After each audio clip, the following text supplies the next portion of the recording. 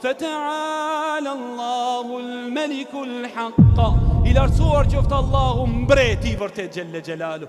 Nuk i takon mbretërisë së tij, nuk i takon urtësisë së tij, nuk i takon të qenurit Zot dhe Allah që ti krijon krijesat e tij për tallje dhe për lojë. O ju vëllezërit e mi, a mendon njeriu se Allahu xhallahu ala ka kriju kot për lojë dhe për tallje?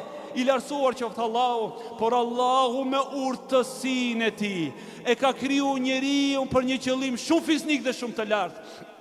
Thot Allahu xhallahu ala: "Efa hasibatum annama khalaqnakum abatha wa annakum ilayna la turja'un." A mendoni ju, shihni Allahu xhallahu ala në formë pyetje që të nxjerrë nga mendja e shëndosh njerëzore kuptimet e drejta. A mendoni ju njerëz se ne ju krijojmë kot?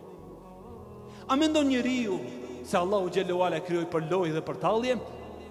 Wa annakum ilayna la turja'un, dhe se ju një ditë nuk do të ktheheni tek Allahu? Po kjo nuk është urtësi, po kjo është lojë dhe tallje, po kjo nuk është për sosmëri. Andaj edhe pas asaj thot: "Fata'ala Allah", i lartësuar qoftë Allahu.